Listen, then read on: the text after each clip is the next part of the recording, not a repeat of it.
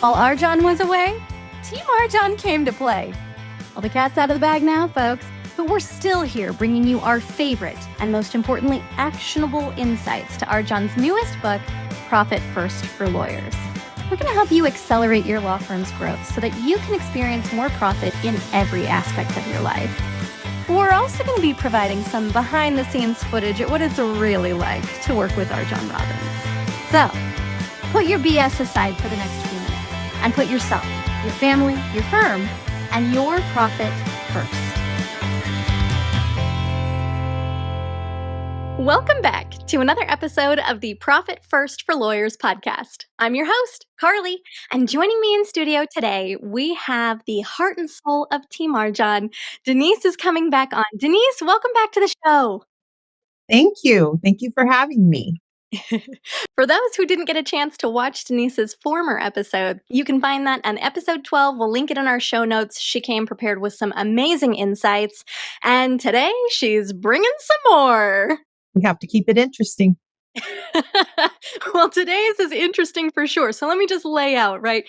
Denise and I are going to have a little conversation, but I want to preface that she did let me actually watch the clip that she chose this time. Last time she did not, because she wanted to make sure that I was okay with showing it. This is a behind-the-scenes clip of RJon coaching me. So this is some true behind-the-scenes. I can't wait to see where we're going with this one. Denise has my full permission. But Denise, before we get into this clip, let me ask you the same question I've been asking for all of the returning members of Team RJon, which is, what is something that you have learned in the last year that has been really profitable in your life that you've put into action that has made a difference for you? I think there are often situations where people get not necessarily heated, but they will have a conversation and people are very strong in their opinions. Best to take a step back at that moment, analyze the situation, and speak after you've had time to talk about it or think about it, and basically think before you speak. You know, that's so funny because it's something that you hear a lot when you're a child and when you're a teenager. But and now that you say it, I don't know that anybody has really reaffirmed that to me in my adult years. And maybe in my adult years is when I needed most to hear it. I think something that I like to say a lot, and I really believe it and I live by it, is don't attack the person that you're upset with, attack the issue. Because when you attack the person, it's only going to get more escalated. So it's always best to attack the issue, and that way you can get resolution. Oh, yes. That's amazing. I love that. I had my first kind of professional after college job was a kind of a corporate and artistic job combined. And we had this really big meeting. And what they said, and this has always stuck with me, they said, when you are speaking to somebody else, assume goodwill. That was like their mantra, right? Assume goodwill. Assume that the other person didn't mean to offend you or hurt you or anger you or in any way upset you, right? They're coming from a different perspective. So I love that. In this context, right, the think before you speak approach with goodwill, attack the issue, don't attack the human. I think that's brilliant. Exactly. I live by that. I really do. I mean, I don't have any problems seeing that, Denise, right? We often joke that you are the heart and soul of the team because you do bring that kind of gentle kindness, guidance, that whole vibe to the team. You're so approachable. Whenever anybody has an issue, you're one that you can go to with no fear or concerns, just kind of knowing that you'll be met with love and guidance, even if you're kind of guiding us into new paths. Thank you. I appreciate that. Oh, hey, you're welcome. I'm just speaking the truth over here. All right, let's get into this without much further ado then. You've brought a clip today that you have my full permission to use. Do you want to go ahead and introduce this before we play it? Telling the truth is not harsh. Not telling the truth is harsh. It's unkind.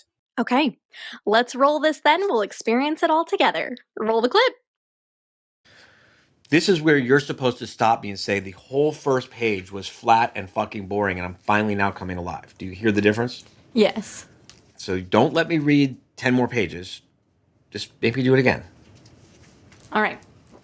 Let's try. Don't let me sit here for 3 days recording this fucking thing and then say, oh yeah, I should have mentioned something. No.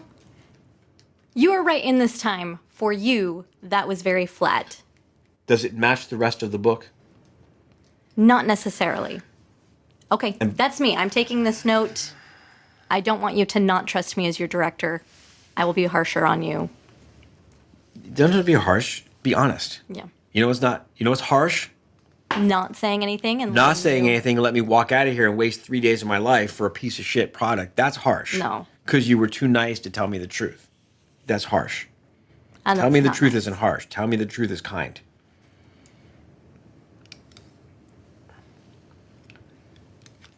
That could be one of those things that you share. I will. RJon is never flat and boring. I'm sorry. No, and I will say, in the studio, God, we had so much fun in the studio, but I also learned so much about how to direct someone. And even, it's interesting because RJon is a different kind of, he has such a different kind of vibe as a boss because he hires people assuming that they are coming to the table with experience and knowledge and know-how and all that good stuff. And so he wants to learn from the people that he has hired. And that's such a different dynamic because normally when you have a boss, it's just kind of like, it can be hard to say something. It can be hard to say anything. So it was a really eye-opening time in my life in that studio with RJon, realizing that he wants me to speak up. He thinks that my voice is valuable, and that he's going to call me on it. Right? He's going to call BS if I'm not. Anyway, thanks for pointing this clip out to me today. Although it definitely wasn't one that I assumed that anybody on Team RJon was going to pick. But I'd love to hear what's coming up for you and why you chose that particular clip. It brought up a lot, actually. There were so many lessons and memories that I thought of, and I could not think of one. I had a hard time deciding, basically. So I decided on sharing an experience that happened at a past employment. So I was in a managerial position, and I worked kind of far away from where I live. So I would have to drive a distance in the morning. And one day I went into the office, and I would always get there early because I wanted to beat the traffic. And when I walked in, there was this scent, and I couldn't place it. It was awful. So I proceeded to go to the bathroom and get some Lysol and walk around the office and spray the office down with Lysol, and proceeded on with my day. This individual coworker was in the office every time this had happened. And I suspected that it was the coworker that was having some hygiene issues. Oh. But I didn't want to say anything. But then it got to the point where one of her coworkers came to me and said, "We can't work here if she's in the office." So I took it to my boss, and my boss said, "You need to talk to her." And I said, "Are you sure you want me to do that?" He's like, "I think it would be better coming from you." So you can imagine how difficult that is. So I proceeded to walk over to her and brought her into my office, and I asked her, "Are you okay?" She said, "Absolutely." Let me also just preface this by telling you that she had just moved to San Antonio from out of state. She was an only child. She lived with her parents, and she had been with us for about 3 or 4 months. And I had never noticed this before. So when I called her in, I asked her, "Are you okay?" She said, "Yes, why?" I said, "I'm just concerned about you." And she said, "What did I do? Did I do something wrong?" And I said, "No, you didn't do anything wrong." I said, "But I have had some complaints in the office, and so I needed to address them." She's like, "Okay, well, what's going on?" And I said, apparently, some people are having some issues with your hygiene. And she proceeded to cry. And I felt awful. And I wanted to hug her, but I didn't want to hug her. So I gave her some tissue and I was like, everything's going to be okay. I did notice that in the past couple of weeks when she had been in the office, she had been wearing the same shirt. She was switching out 2 shirts. And that also was not like her. She was always dressed fine, nice, clean. And so I knew something was up. But anyway, so she proceeded to cry. And I said, it's okay. We can work this out. Let me know what's going on and I can help you. And so she proceeded to tell me that her parents were gone. I knew they were gone. They went overseas. They were traveling internationally. They were going to be gone for a month. The second day that they were gone, she lost her house key. She didn't know anybody, so she didn't stay with anybody. She had been sleeping in her car, and she had been going to, there's I don't know what you call it, where 18-wheelers go and they park, and it's a store, but they also have showers and stuff. And so she said, I don't know if you noticed, but I've been wearing the same shirt. I said, well, I noticed you were wearing 2 of the same shirt. You've been switching them out, right? And she said, yes. She said, Denise, I lost my house key. I've been sleeping in my car. I've been bathing at this place, but I don't have any shampoo. I don't have this and that. And I've just been locked out and I didn't know what to do. And I said, oh my God, you should have told us. You should have told me. You should have come to me. I said, I'm going to go talk to our boss and we're going to fix this. So we ended up calling a locksmith. I don't know why she didn't think of it, but again, she's young. She wouldn't know. So we called a locksmith and we got her in her house.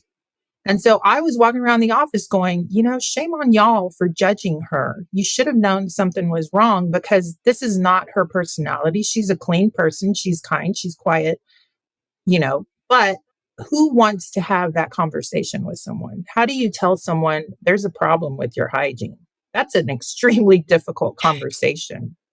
But thank God that somebody complained, because had they not, this poor girl would have been sleeping in her car for another 2 weeks. There are so many things about this story that I really love.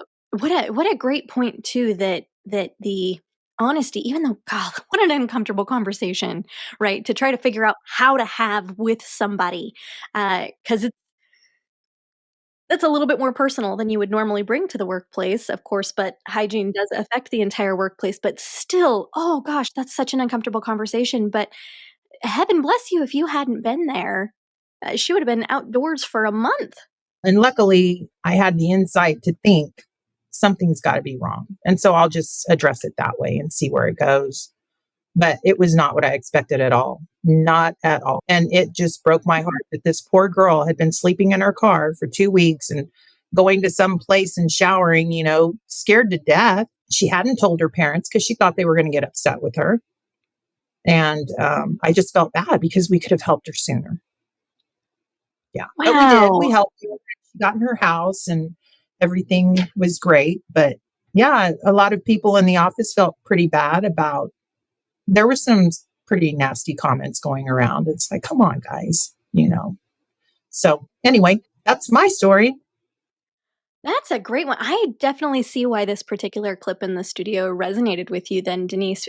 I think it is so true. And I've brought this up a few times in the last few episodes, so it must just be like that time of year, right? We're gathering towards truth, but it really is that kind of honesty, even though the truth might be hard to hear. I mean, this gal that you spoke with cried in your office, right? She was distraught. She didn't want to smell bad either, I imagine.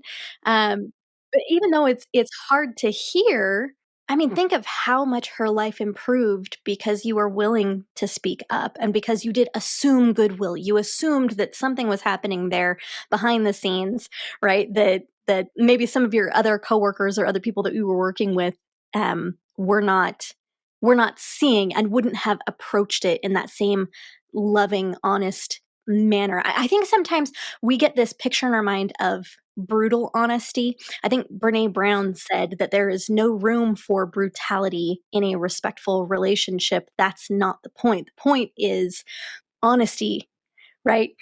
You should be honest. You should help people see where they're affecting somebody else, because in my experience, at least, most of the time that somebody has been doing something that we've needed to have some honesty about, they were completely oblivious to it, or they, it was never their intention. It certainly wasn't my intention in studio not to direct RJon, but I, in that moment, had prioritized, well, it's good enough. RJon's not boring. This is not as exciting as the rest of the book is, but it's still more exciting than, than it could have been if somebody Yeah. else was narrating, because he's naturally interesting. And I had let that Yeah. go because I didn't want to say anything and uh, be a bother. Well, and also, how do you boss your boss? It's kind of uncomfortable to tell your boss what to do. It's one of those double-edged swords. It's like, if I don't tell him, then he's going to have a mediocre podcast. And if I do tell him, well, he's my boss, you know? That's true. No, it's, what's funny is that, RJon has had to have a similar conversation with me a couple of times. This is a really hard habit to break, but there was a time we came back from the studio. We were working on a project. It was kind of adjacent to the book, whatever. So we were speaking about this particular project, and I had said, here are two options. Here's why I think we should go with option number one. And RJon said, oh, well, let's go with option number two. And I said, okay. And he kind of looked at me and he was like, okay. And I was like, yeah, if that's what you want to do, then we'll do it that way. And he was like, okay. Why did you want to go with option one? And I started laying out my reasons. And he just stared at me on that Zoom call and he was like, Karli, if a bus was speeding towards me, would you let it hit me? You wouldn't call out to me and say, RJon, there's a bus and it's speeding directly towards you. And I said, of course I would. And he said, then why would you not stand up for your ideas? If I'm about to make a stupid decision, I don't think he used the word stupid, but it was something like that. He was like, if I'm about to make a stupid decision that's going to impact the ability of this project to be a success, don't let me stand in the middle of the street and get hit by a bus. Okay, I'll take that stride. You're RJon, and I don't want to tell you what to do. You know what's funny though? I think one of the things that makes RJon is his ability to be taught and to be coached and to be leveled up. I think what makes RJon is because, at least in my mind, now this is a tie over the shoulder, this is my opinion here, right? But I think it's because he is always looking for opportunities to learn something new, to expand his knowledge, to become something bigger, to become something better. It's such a unique mindset, I think, especially in today. And it's definitely been inspiring to me. I hope to always approach life with the mindset of being teachable, of being coachable, of learning new things, and of being excited about learning new things. Right? If I'm wrong, I hope to be as excited as RJon is when he's wrong.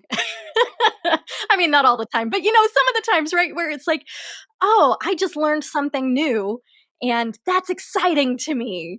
Anyway, I just find that so interesting. And he's a book of knowledge, but he's still open-minded, and he's willing to continue to absorb everything that's out there and learn everything that's out there. You can never, I think that goes for everyone. We should all be wanting to learn something new every day. Every day. Yeah, every day. Go. I hope to be a perpetual student. Hey, me too. Absolutely. You can never learn too much. Never. Gal, so agreed. Thank you so much for bringing this on today, Denise. This has definitely been some actionable insights, right? Some really practical content. I really enjoyed the reminder of this particular moment in studio. I think it came at a really timely time. Is that a word? Sure.